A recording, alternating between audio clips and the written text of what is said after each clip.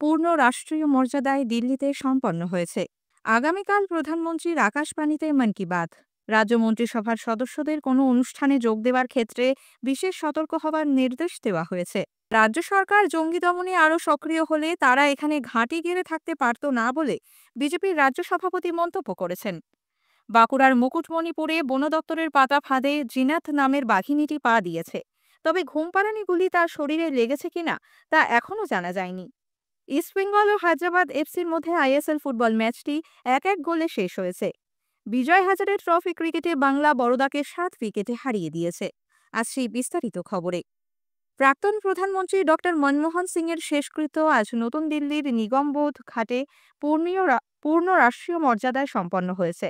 যমুনা নদীর তীরে গান স্যালুটের মাধ্যমে প্রয়াত এই নেতাকে শেষ শ্রদ্ধা জানানো হয়।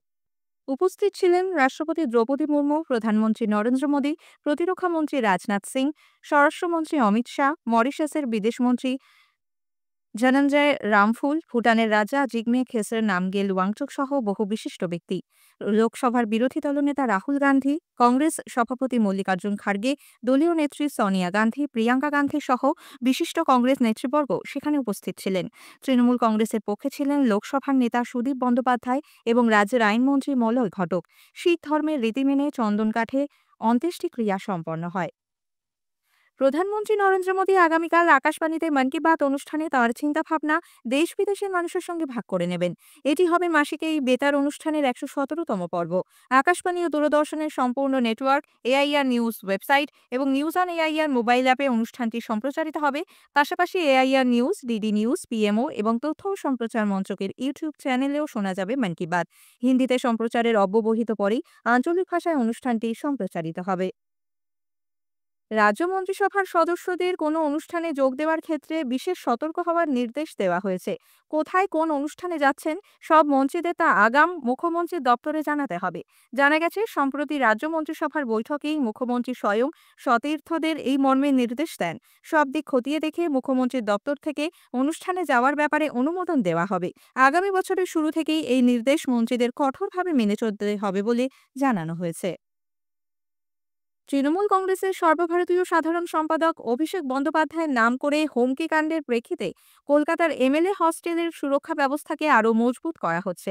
বিধায়কদের সুপারিশে অতিথিশালার ঘর বরাদ্দের ক্ষেত্রে আরও বেশি সতর্ক এবং কড়াকড়ি ব্যবস্থা নেওয়া হচ্ছে। রাজ্য বিধানসভার তরফে স্থির হয়েছে, এবার থেকে বিধায়কদের সুপারিশপত্র নিয়ে যারা হস্টেলের অতিথিশালায় থাকবেন তাদের অন্তত ৭ দিন আগে আবেদন করতে হবে। অতিথিদের সঙ্গে থাকা সুপারিশপত্র এবং অন্যান্য নথি পুঙ্খানুপুঙ্খভাবে খতিয়ে দেখে সন্তুষ্ট হলে তবেই ঘর বরাদ্দ করা হবে। কেউ অসৎ উদ্দেশ্যে ঘর ভাড়া নিচ্ছেন বলে জানা গেলে তার বিরুদ্ধে কঠোর আইনানুগ ব্যবস্থা নেওয়া হবে। এদিকে অভিষেক বন্দ্যোপাধ্যায়ের নাম হারিয়ে তোলাবাজি মামলায় জিজ্ঞাসাবাদের জন্য শেক্সপিয়ার সরণি থানার পুলিশ এমএলএ হস্টেলের সুপার সুশান্ত মণ্ডলকে তলব করেছে।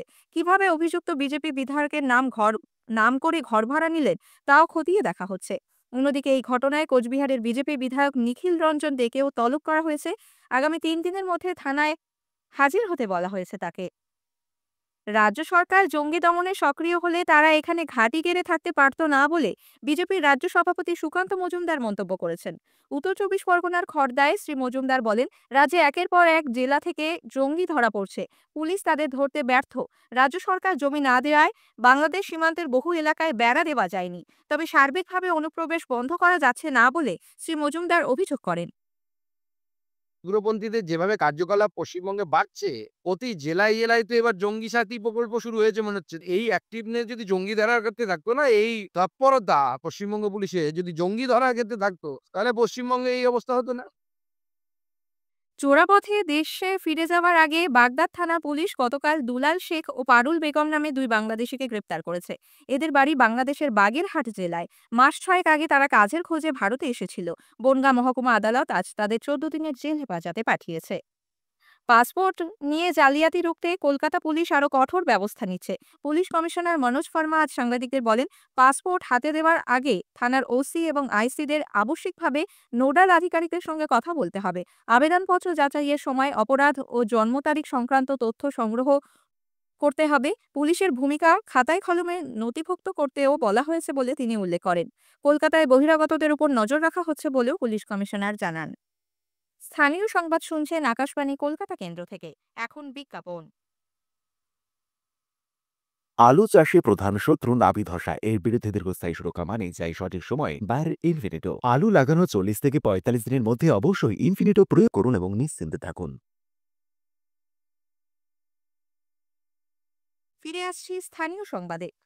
বাঁকুড়ার রানীবাঁধে মুকুটমণিপুর জলাধারের পাশের এলাকায় বন দপ্তরের পাতা ফাঁদে জিনাত নামের বাঘিনীটি পা দিয়েছে। বন দপ্তরের কর্মীরা বাঘিনীকে লক্ষ্য করে ঘুম পাড়ানি গুলি চালালেও সেই গুলি তার শরীরে লেগেছে কিনা তা এখনো জানা যায়নি। পুরুলিয়ার বান্দোয়ানের রাইকার গভীর জঙ্গল থেকে আজ সকালে প্রায় 6 কিলোমিটার এগিয়ে মানবাজার 1 নম্বর ব্লকের নৈনানি গ্রামের কাছে আশ্রয় নেয় সে। এরপর আজ দুপুরে বাঁকুড়া রানীবাঁধ থানার বারুনি গোপালপুর গোসাইডি এলাকায় পৌঁছয়। সকাল থেকেই বাঘিনীর আতঙ্ক গ্রাস করেছে গোটা গ্রামকে। প্রশাসনের পক্ষ থেকে চলছে জোরদার প্রচার। গ্রামের মানুষদের তাদের বাসস্থান থেকে দূরে সরিয়ে দেওয়া হয়েছে। এদিকে তাদের কোনো জল ও খাবার দেওয়া হয়নি এই অভিযোগে বন দপ্তরের বিরুদ্ধে আজ বিক্ষোভ দেখান মানবাজার লাগোয়া গোসাইডি সহ বেশ কয়েকটি গ্রামের বাসিন্দা। পরে পুলিশ এসে পরিস্থিতি সামাল দেয়। রাজ্যে এখনো রেশন কেলেঙ্কারি চলছে বলে বিরোধী বিজেপি নেতা শুভেন্দু অধিকারী, প্রাক্তন খাদ্যমন্ত্রী জ্যোতিপ্রিয় মল্লিক এবং তার সহযোগীরা গ্রেপ্তার হওয়া সত্ত্বেও রেশনের চাল বেসরকারি চালগুলিতে পাঠানো এবং তা বাজারে বিক্রির জন্য প্রস্তুত করা হচ্ছে বলে অভিযোগ করেছেন। বিষয়টি নিয়ে তদন্তের জন্য শ্রী অধিকারী ইডিকে আর্জি জানিয়েছেন। দক্ষিণ 24 পরগনার চম্পাহাটির হারাল গ্রামে মজুত রাখা বাজিতে বিস্ফোরণ এবং অগ্নিকাণ্ডে 3 জন গুরুতরভাবে দগ্ধ হয়েছেন। বিস্ফোরণের তীব্রতায় পিন্টু মণ্ডল নামে স্থানীয় এক বাজি ব্যবসায়ীর বাড়ি ভেঙে চুরমার হয়ে যায়। গৃহকর্তা পিন্টু মণ্ডল সহ শুভঙ্করী ও ভক্তি সর্দার নামে মোট 3 জন পুড়ে যান। বিস্ফোরণের শব্দে গ্রামবাসীরা ছুটে এসে আগুন নেভানোর কাজে হাত লাগান। গ্যাস সিলিন্ডার থেকেই এই অগ্নিকাণ্ড বলে মনে করা হচ্ছে। বর্ষবরণ উপলক্ষে শহরে কোনো রকম অপ্রীতিকর ঘটনা রুখতে কলকাতা পুলিশ সব ধরনের ব্যবস্থা নিচ্ছে। পুলিশ কমিশনার মনোজ ভার্মা আজ লালবাজারে এক সাংবাদিক বৈঠকে বলেন, মত্ত অবস্থায় বা বেপরোয়াভাবে গাড়ি চালালে তাদের বিরুদ্ধে কড়া ব্যবস্থা নেওয়া হবে।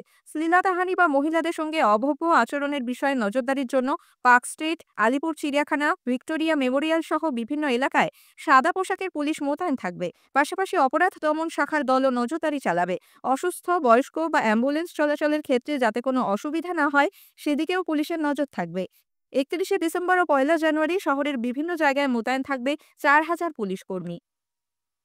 কলকাতার বাবুঘাট ও সংলগ্ন এলাকায় গঙ্গাসাগর মেলা উপলক্ষে আসা বিভিন্ন রাজ্যের পুণ্যার্থীদের পুর পরিষেবার বিষয়ে পুর ও নগর উন্নয়ন মন্ত্রী মেয়র ফিরহাদ হাকিম আজ পুলিশ, স্বাস্থ্য ও সংশ্লিষ্ট দপ্তরগুলির আধিকারিকদের সঙ্গে বৈঠক করেন। শ্রী হাকিম পরে সাংবাদিকদের জানান, গঙ্গাসাগরগামী ভিন রাজ্যের পুণ্যার্থীদের জন্য পুরসভা বাবুঘাটে শিবির খুলবে। সেখানে জল সরবরাহ ও দূষণ রোধে ব্যবস্থা নেওয়া হবে। ট্র্যাক রক্ষণাবেক্ষণের কাজের জন্য পূর্ব রেলের শিয়ালদা ডিভিশনের দমদম স্টেশনে ডাউন সাবারবান লাইনে আজ রাত 11:30 থেকে আগামীকাল সকাল 6:30 পর্যন্ত ট্রাফিক ও পাওয়ার ব্লক থাকবে। এজন্য বেশ কিছু ট্রেন বাতিল করা হয়েছে। আজ শিয়ালদা ও ডানকুনির মধ্যে একজোড়া ইএমইউ লোকাল বাতিল থাকবে। এছাড়া আগামীকাল শিয়ালদা বনগাঁ শাখা, হাসনাবাদ, ডানকুনি, কল্যাণী সীমান্ত, শান্তিপুর, কৃষ্ণনগর, নৈহাটি সহ কয়েকটি লাইনে বেশ কিছু লোকাল ট্রেন বাতিল থাকবে বলে রেল সূত্রে খবর। উত্তর দিনাজপুরের ইসলামপুর শহরের বাস টার্মিনাস এলাকায় দুটি বেসরকারি বাসের রেষারেষিতে 2 জন প্রাণ হারিয়েছেন। বেশ কয়েকজনকে জখম অবস্থায় হাসপাতালে পাঠানো হয়েছে বলে দমকল সূত্র উদ্ধৃত করে আমাদের জেলা সংবাদদাতা জানিয়েছেন। আকাশবাণীর মুর্শিদাবাদের জেলা সংবাদদাতা মামুন ফারুককে রাজ্য সরকারের পক্ষ থেকে শিশুশ্রী পুরস্কার প্রদান করা হয়েছে। শিশু অধিকার রক্ষা আয়োগের পক্ষ থেকে এই পুরস্কার প্রদান করা হয়। হায়দ্রাবাদের গাছিবৌলি স্টেডিয়ামে আজ ইস্টবেঙ্গল ও হায়দ্রাবাদ এফসির মধ্যে আইএসএল ফুটবলের ম্যাচটি 1-1 গোলে শেষ হয়েছে। খেলার প্রথমার্ধ গোলশূন্য ছিল। ম্যাচের 64 মিনিটে ইস্টবেঙ্গলের হয়ে জেকসন থাউনাওজাম গোল করেন।